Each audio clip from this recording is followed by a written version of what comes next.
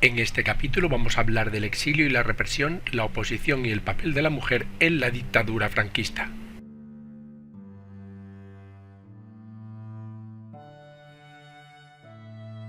Y empezaremos explicando cómo fue el inicio del franquismo en España.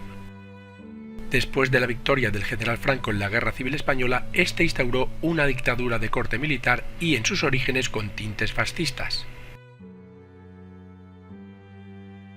Los cuatro pilares sobre los que se basaba el franquismo eran, por una parte, el militarismo, por otra, el catolicismo conservador, la unidad de España y la negación de la democracia.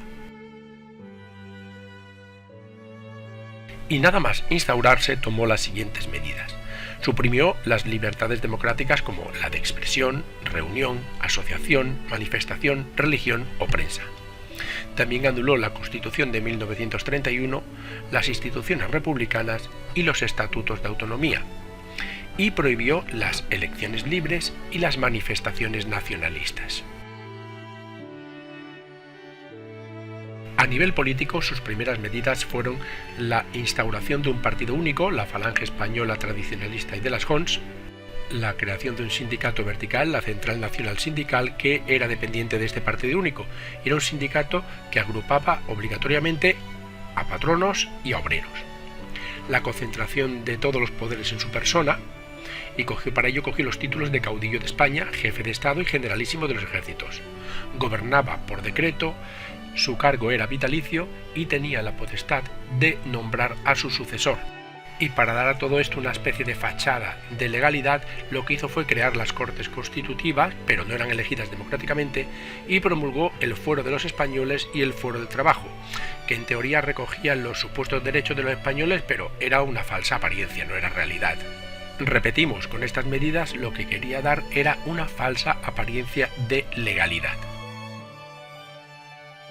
Por tanto, lo que hizo Franco fue concentrar todos los poderes en su persona.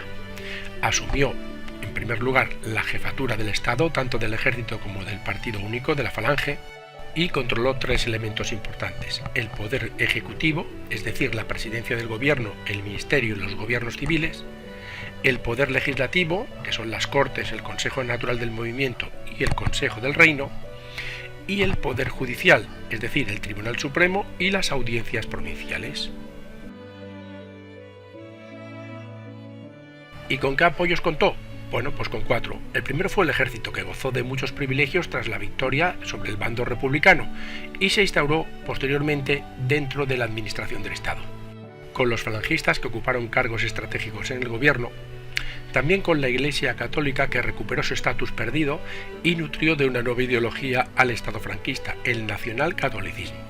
El Estado pasó a ser confesional y mediante el concordato se le restauró a la Iglesia sus antiguos privilegios, se suprimió el divorcio y se restauró la enseñanza religiosa.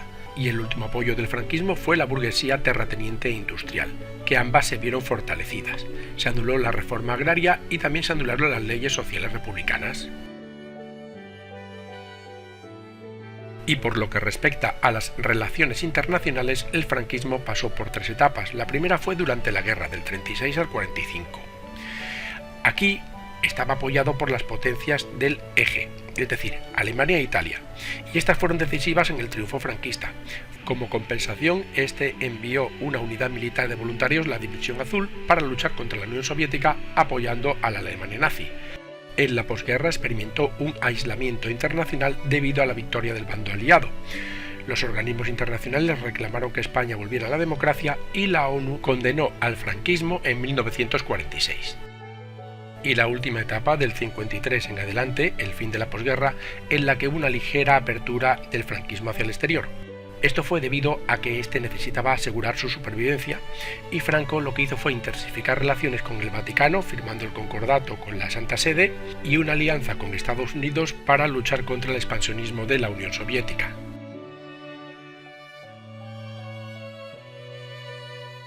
Y a continuación nos vamos a adentrar en el tema del exilio y la represión franquista. Estamos hablando de unas cifras desorbitadas. Un 2% de la población española, es decir, medio millón de personas, tuvo que exiliarse. Aunque la población era muy variada, casi toda la clase intelectual del país tuvo que emigrar, es decir, científicos, políticos, militares republicanos, altos funcionarios, pensadores y profesores universitarios. ¿Y a dónde fueron? Pues principalmente a Francia, donde allí vivieron en campos de concentración en condiciones infrahumanas y muchos incluso lucharon a favor de los aliados en la Segunda Guerra Mundial, pero fueron capturados por el ejército nazi y estuvieron en campos de concentración alemanes. Otros, sin embargo, que emigraron a México, República Dominicana y resto de países de América Latina.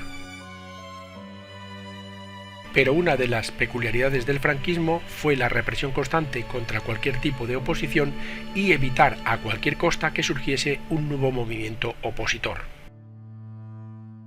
Para llevar a cabo esta labor represiva, el Estado se dotó de diferentes medios como por ejemplo leyes, la represión de la masonería y el comunismo, la de orden público, la de seguridad del Estado o la de responsabilidades políticas. También se dotó de la justicia, que estaba supeditada exclusivamente al gobierno, que era Franco, ya que dependía al 100% de él, y de medidas coercitivas como depuraciones laborales, reclusiones en campos de concentración, trabajos forzados, ejecuciones sumarias, torturas y encarcelamientos sin juicio previo, por citar algunos. ¿Las consecuencias de todo esto cuáles fueron? Pues 50.000 muertos en la posguerra y 270.000 encarcelados.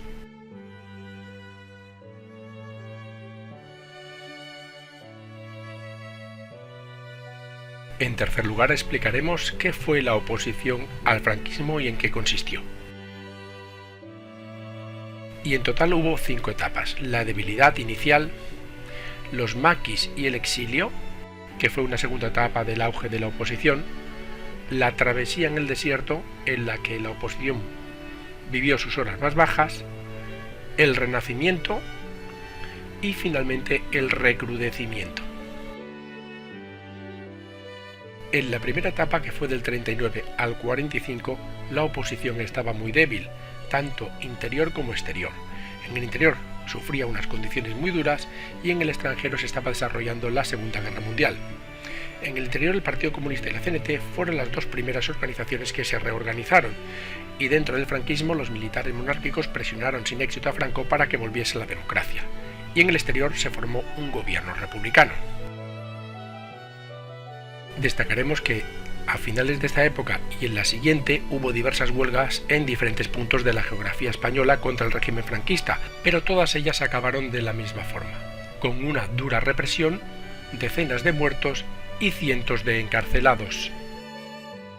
La segunda fase fue la de los maquis y la oposición en el exilio, que duró desde el 45 al 50, en el que la oposición se fortaleció al vencer precisamente los aliados en la Segunda Guerra Mundial. Los maquis los vamos a explicar a continuación, y por lo que respecta a la oposición en el extranjero, había una división en la oposición republicana, entre los partidarios de aliarse con los monárquicos y aceptar un referéndum sobre la forma de Estado, y los que siguieron defendiendo la legitimidad republicana, y además de esto hubo un recrudecimiento de la oposición monárquica por parte de Juan de Borbón. Pero hubo una derrota significativa de la oposición, el estallido de la Guerra Fría, que favoreció a Franco, al ser España un lugar estratégico para el mundo libre ante un posible ataque soviético sobre Europa Occidental. En el 47 Estados Unidos se opuso con éxito en la ONU a una nueva condena del régimen de Franco y a la imposición de nuevas sanciones, y Francia volvía a reabrir las fronteras con España. Ya un año después se firmaron acuerdos comerciales y financieros con Francia y Gran Bretaña, y todo esto permitió la incipiente apertura española hacia el exterior. La actividad de los maquis fue del 39 al 44, aunque hubo pequeños reductos hasta 1950. Se trataba de unos partidarios de la República que estaban ocultos en las zonas montañosas de la península ibérica y realizaban emboscadas contando con el apoyo de la población local.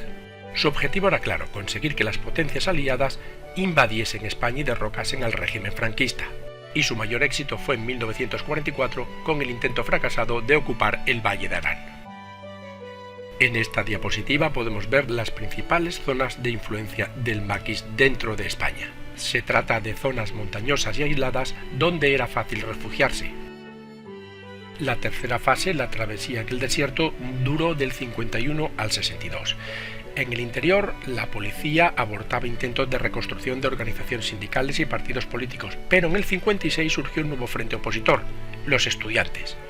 Los comunistas se dieron cuenta de que el franquismo empezaba a perder influencia entre la juventud y comenzaron a captar adeptos. Ya en el 58 reaparecieron las huelgas obreras reclamando mejoras salariales. Y por lo que respecta al exterior, la oposición seguía estancada y dividida. La siguiente fue de carácter eminentemente interior. Hubo un renacimiento del movimiento obrero que arrancó con la huelga minera de Asturias en el 62, un auge también del movimiento estudiantil, porque estos fueron la prueba del fracaso cultural e ideológico del franquismo, y precisamente los sucesos estudiantiles del 69 provocaron la proclamación del estado de excepción en España por 2 meses. También nació la oposición católica y este fue precisamente el que más impactó al franquismo porque no se lo esperaba.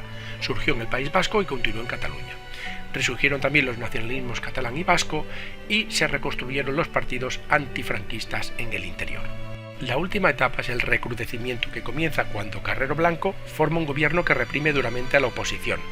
Se recrudece la actividad laboral y estudiantil y hay represiones en el País Vasco y Navarra para hacer frente a la creciente actividad terrorista de ETA. Ya en el 70 ocurre el proceso de Burgos, que fue un proceso sumarísimo de unas personas acusadas de pertenecer a ETA. Se pretendía ser ejemplarizante, pero se consiguió lo contrario porque se levantó una ola de solidaridad por todo el País Vasco y en otros estados extranjeros.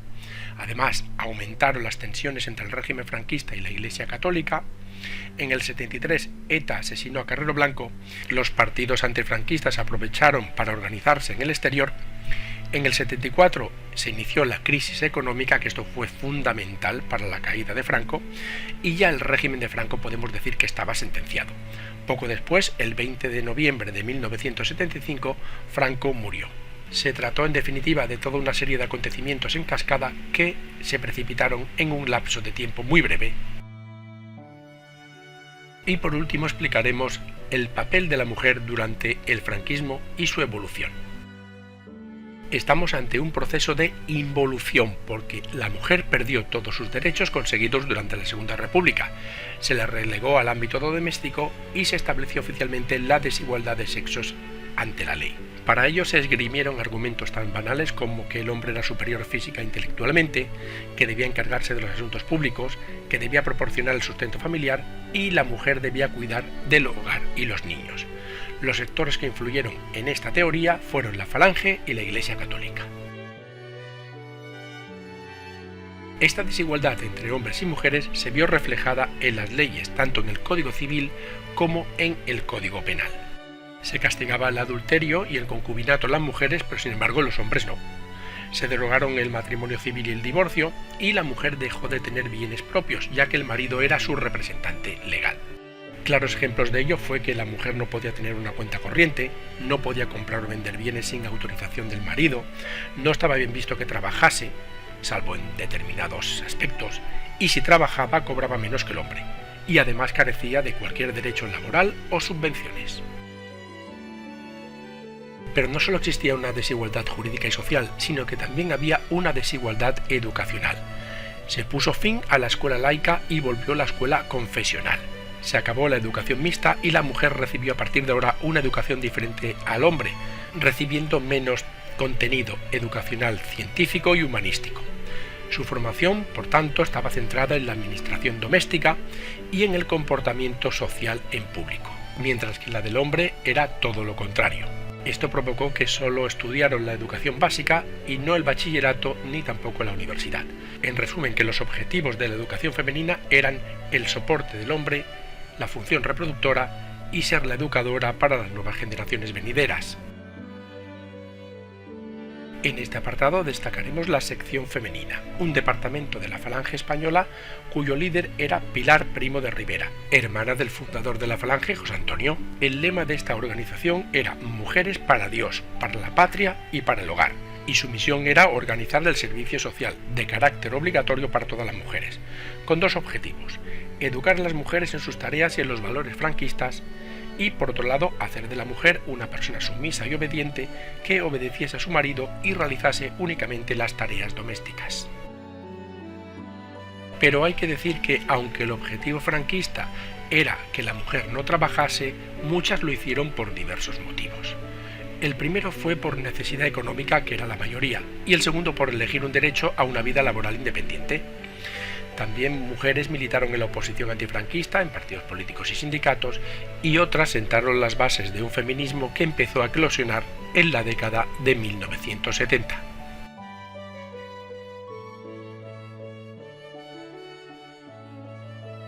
Y esto ha sido todo. Muchas gracias por escucharme y espero que te haya servido de ayuda. Para más información entra en yucam.com.